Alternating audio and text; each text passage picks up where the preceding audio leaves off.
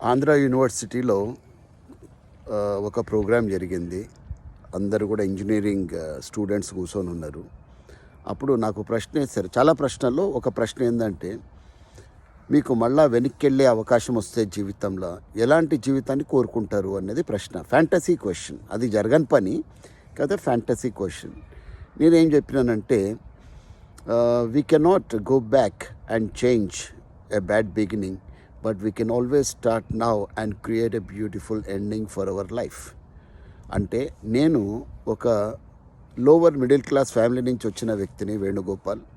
మా ఫాదర్ రామచంద్రారావు గారు ఈ was a school teacher, Badipantulu. 7 మంది సంతానంలో నేను చివరి. సో నేనన్నా అదే తల్లిదండ్రులు కడుపులో పుట్టాలని కోరుకుంటున్నా. నా అన్నలు మా అక్క వాళ్ళే ఉండాలని కోరుకుంటున్నా. చిన్నప్పుడు ఏవైతే కష్టాలు పడ్డానో అవే కష్టాలు ఉండాలని కోరుకుంటున్నా. సక్సెస్ అయ్యేంత వరకు ఏవేవైతే ఇబ్బందులు పడ్డానో అయ్యే కావాలని కోరుకుంటా. ఎందుకంటే వీటన్నిటి వల్లనే నేను ఇవాళ ఈ ప్రకారంగా తయారైనాను. I become a strong human being today.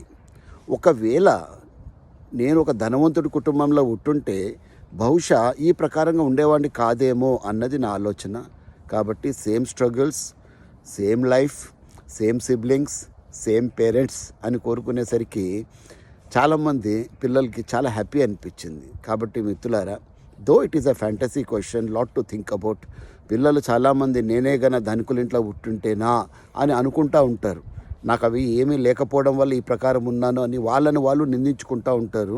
వాళ్ళ కోసము నేను ఈ విషయం చెప్పడం జరుగుతూ ఉంది. దానికి లింక్ కూడా నేను పెట్టేశాను ఆల్రెడీ నా ఇన్స్టాగ్రామ్లో, ఒకసారి చూడండి మిత్రులారా.